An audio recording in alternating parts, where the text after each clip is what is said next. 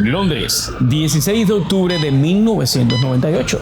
En una clínica privada, un anciano de 82 años se recupera de una operación de espalda, cuando de momento la policía británica irrumpe en la habitación y lo detiene. ¿A que no te imaginas quién era ese pobre anciano convaleciente? Augusto Pinochet. ¿Te suena ese nombre? General, ex dictador de Chile, intocable en su país, hasta esa noche, que a la vez marcó un hito histórico en la práctica del derecho universal, que más adelante te contaré. Hoy vengo a analizar algo que mi audiencia me pidió: hablar de las dictaduras de derecha.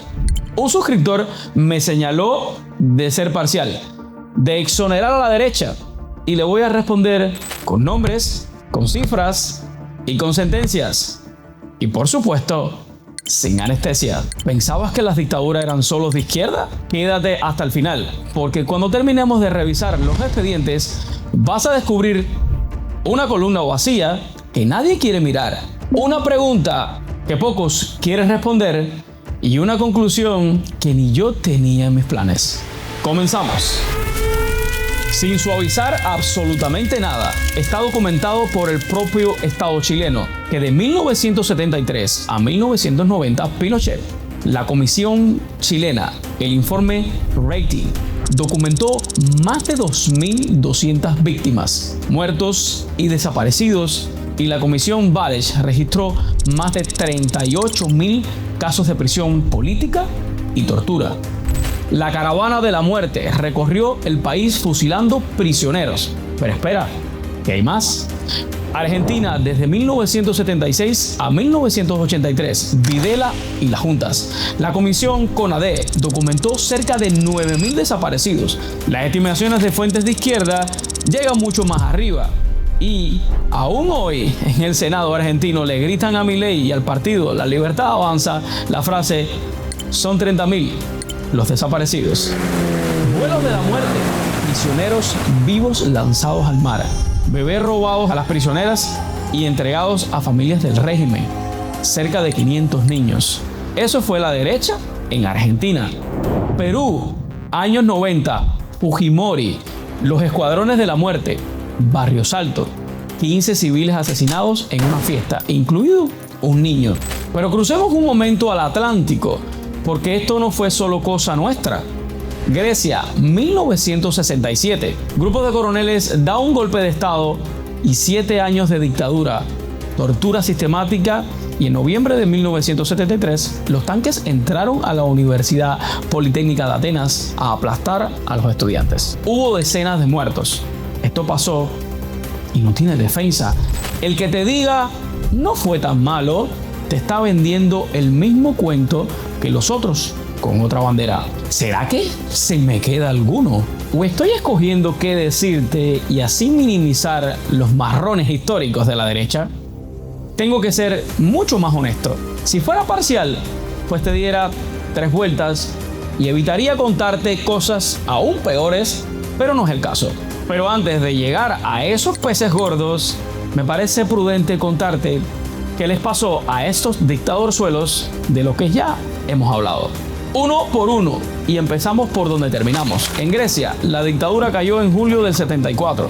¿Sabes cuánto tardó la democracia en sentarlos en el banquillo? 1 año. Agosto de 1975, juicio por alta traición. Pena de muerte para los 3 cabecillas, conmutada a cadena perpetua. Papadopoulos, el jefe, nunca pidió clemencia y murió en prisión en 1999, 24 años después. Argentina, 1985, apenas 2 años después de caer la dictadura, el juicio a las juntas. Un tribunal civil con fiscales civiles juzgó a los comandantes. Videla, cadena perpetua. Lo indultaron en los 90, es verdad, y la justicia volvió por él. Los indultos se anularon, lo volvieron a condenar y murió en 2013, donde tenía que morir, en una cárcel común. Y mira el caso de Perú. Fujimori huyó, renunció por fax desde Japón y el mundo fue por él. extraditado desde Chile en 2007. Y en abril del 2009 pasó algo histórico.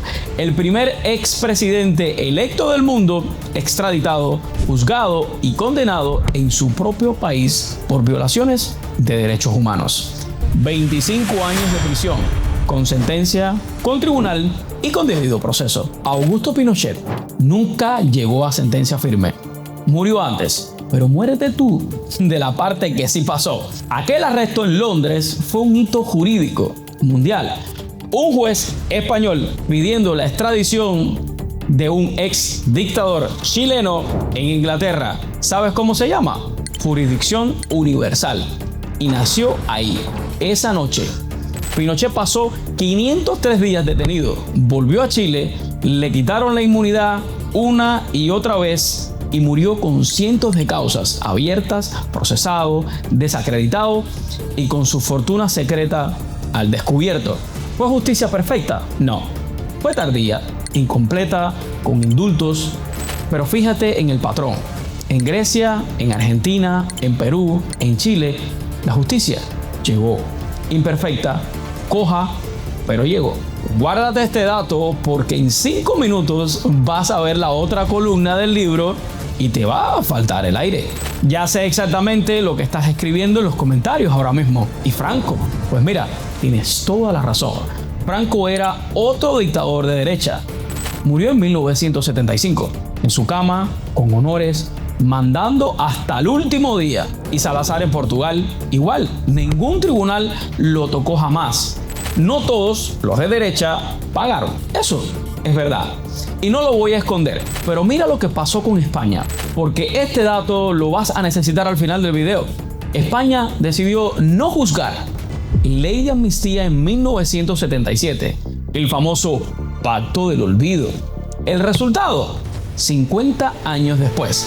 España sigue abriendo fosas comunes, sigue peleándose por la memoria histórica, sigue sin cerrar la herida. El gran país de Europa Occidental que no juzgó a su dictadura es el que todavía vive con el fantasma dentro de la casa. Y hay un tercer nombre en esta lista de los que no pagaron. Y este me toca a mí, Fulgencio Batista. Batista dio su golpe en 1952 y le pasó por encima a la Constitución cubana de 1940, una de las más avanzadas de América en su tiempo, pero la corrupción, la represión y la censura lo hicieron un dictador de derecha de manual. ¿Y pagó? Pues jamás. Huyó en la madrugada del 1 de enero del 59 con las maletas llenas, dice Fidel y Ricardo Alarcón, con todo el respaldo de Goro del Banco Central. Pero yo no le creo nada. Y murió tranquilo en España en 1973 sin ver ni de lejos un tribunal. Pero ahora escúchame esto, porque aquí está la ironía más amarga de la historia de mi país, Cuba. El hombre que prometió castigar a Batista y restituir esa constitución pisoteada fue Fidel. Lo juró. La historia me absolverá. Es, en buena parte, un discurso sobre restaurar la Constitución del 1940. ¿Y qué hizo al llegar? Batista la había pisado. Fidel, con perdón de la palabra, se limpió las nalgas con ella. Lo sustituyó por decreto. Jamás convocó a elecciones prometidas y la enterró para siempre. El que vino a castigar el pecado resultó peor que el pecado. Guárdate también esta que lo retomo al cierre. Y para que nadie escriba en los comentarios, ¿se te olvidó fulano o mengano? Vamos rápido con el resto del paredón de la historia. Trujillo, República Dominicana, ajusticiado a tiros en una carretera en 1961. Plomo, no juicio. Somoza, Nicaragua, huyó y una bazuca lo alcanzó en Asunción en 1980. Venganza, tampoco tribunal. Stroessner, Paraguay, derrocado y murió viejito y libre en el exilio en Brasil. Río Montt, Guatemala, ese sí, condenado por genocidio en 2013 a los 86 años de edad. Aunque le anularon la sentencia a los 10 días, la justicia lo alcanzó, aunque fuera un instante. Suharto, Indonesia, llegó al poder en una matanza anticomunista de entre 500.000 y 1 millón de muertos. 31 años gobernando. Le retiraron el caso por motivos de salud y murió en el 2008 sin pisar un tribunal. Y no creas que me he olvidado de los grandes de Europa. Mussolini, los partisanos lo fusilaron y lo colgaron de los pies en una plaza de Milán. Eso, igual que Ceausescu, eso es furia, no derecho. Hitler se suicidó en su búnker antes de que lo agarraran. Pero atención a este dato, porque es el único de toda la lista que su régimen sí fue juzgado. Se llamó Nuremberg. El único tribunal de toda la historia que sentó en el banquillo de acusados a una ideología completa. Pero siendo honestos, eso pasó porque perdieron la guerra y un ejército extranjero entró en Berlín. Dime en los comentarios, ¿se me quedó alguno? ¿Tu país juzgó a todos sus dictadores? ¿Les dio amnistía? ¿O todavía los aplaude? Quiero leer el mapa completo con ustedes. Y hablando de un análisis completo, creo que después de fregar el piso con la derecha radical, asesina de la historia, corresponde mirar a la otra cara de la moneda. Sí, tranquilo, no te me vayas a ir, que aquí voy a pintarle la cara a todo el mundo. ¿Cuántos dictadores comunistas o de izquierda han sido juzgados y condenados por sus crímenes con un tribunal con debido proceso? Piensa, tómate tu tiempo, yo paciente espero, me acuesto, me tapo y me duermo. ¿Listo? ¿Qué? ¿Nada? Bueno, te doy una pequeña ayudita. Stalin, funeral de estado y lágrimas ordenadas. Mao, mausoleo en la plaza más grande de su país y su cara en los billetes hasta hoy. Fidel murió en su cama con honores y sus cenizas pasearon por toda la isla con la mayoría del pueblo obligado en las aceras. Ojo, hay mucha gente que todavía lo idolatra. Yo soy Fidel, yo soy Fidel. Y Nicolae Ceausescu, a ese lo fusilaron. Sí, y junto a su esposa Elena. Y te voy a decir algo que no te debe sorprender viniendo de mí. Soy abogado. ¿Qué quieres que te diga? Lo de Ceausescu tampoco fue justicia. Fue un juicio de menos de una hora el día de Navidad de 1989, con sentencia escrita de antemano y paredón de inmediato. Eso no es tribunal. Eso es una venganza con cámara de video. El derecho no se debe practicar por ideologías, porque la venganza no construye un estado de derecho, lo envenena desde el día número 1. Honecker, el de Alemania Oriental, el del muro, ¿lo recuerdas? Lo sentaron en el banquillo y bueno, nada. Suspendieron el juicio por su salud y murió libre en Chile en 1994. Los que sí pagaron fueron algunos guardias del muro y funcionarios menores, los de abajo, como siempre suele ocurrir. Y Camboya, Pol Pot, 2 millones de muertos, una cuarta parte del país. ¿Y quién lo sacó del poder? Vietnam, otro régimen comunista, con tanques por sus propias razones de frontera.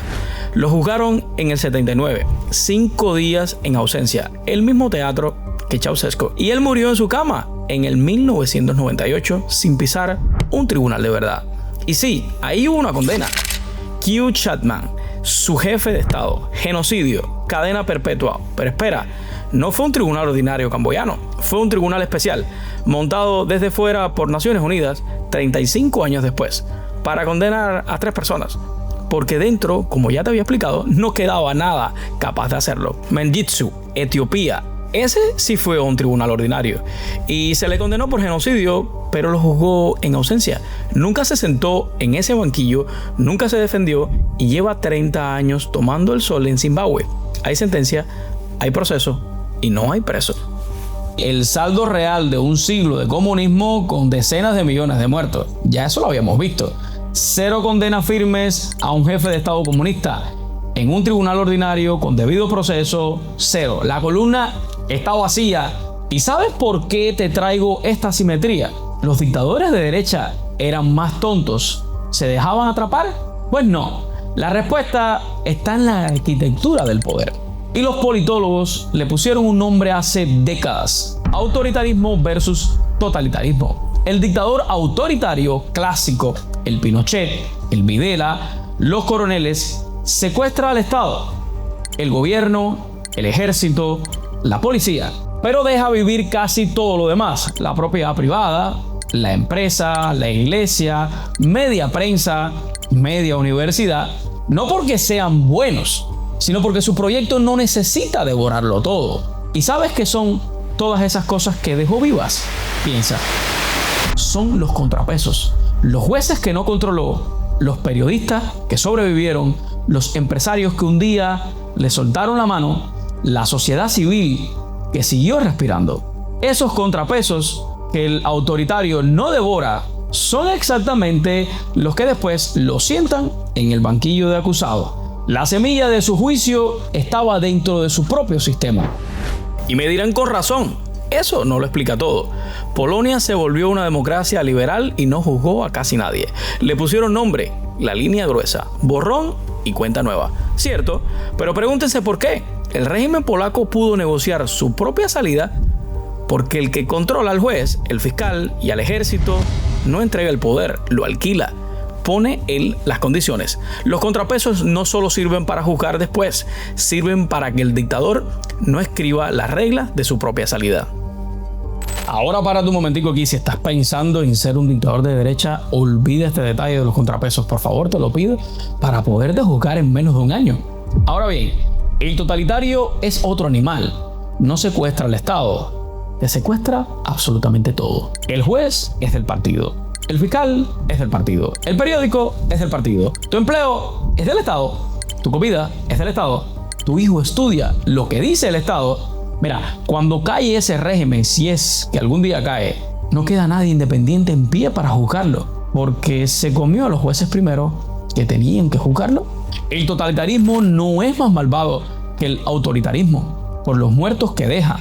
Es más perfecto en una sola cosa: en volverse incondenable.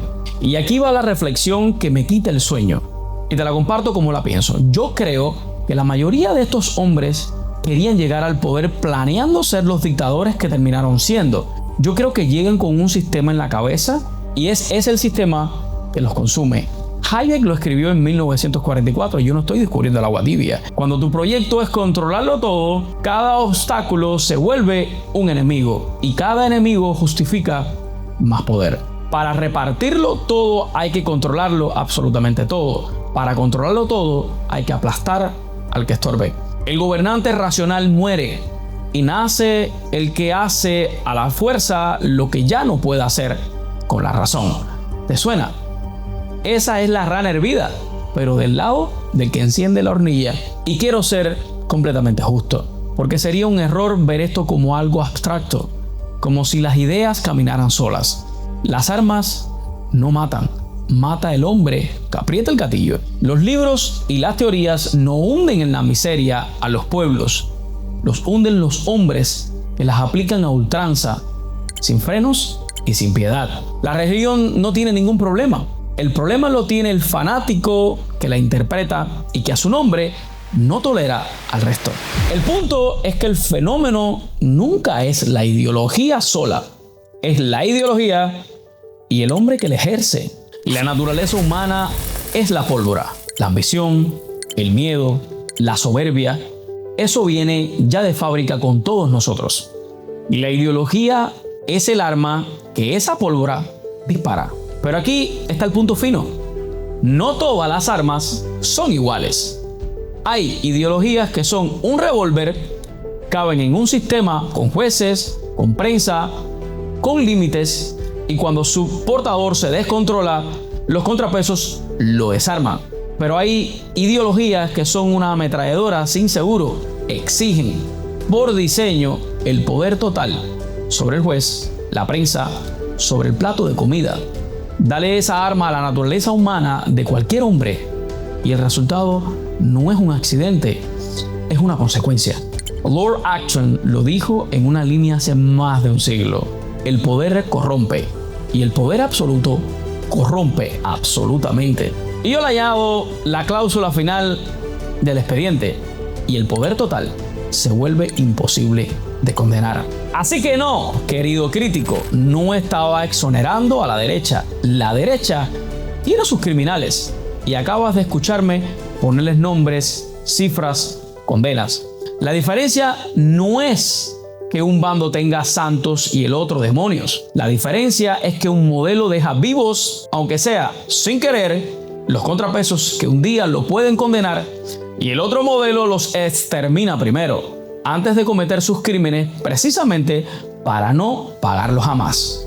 Por eso Videla murió en una celda y Fidel murió en una cama, aplaudido por la ONU. No es suerte, es un diseño. Y ahora cierra el círculo conmigo. ¿Te acuerdas de España? La del Pacto del Olvido, la de las fosas abiertas 50 años después. ¿Y te acuerdas de Batista, el que pisó la Constitución y murió impune? Y del que juró restituirla y la enterró. Pues mira hacia Cuba, porque Cuba carga las dos deudas a la vez. La del dictador de derecha que nunca pagó y la del que vino a cobrarle y se volvió peor, dictador de izquierda. Cuando Cuba transite y va a transitar, la pregunta no va a ser solo si va a haber elecciones, va a ser juicio o pacto del olvido, Grecia o España, memoria o fosa para los nietos. Y ya sabes lo que pienso, te lo dije en el primer video de esta serie. Sin justicia transicional no hay democracia, hay impunidad disfrazada. Si este análisis te aportó algo, mándaselo al que te diga que aquí se defiende un bando. Te leo en los comentarios.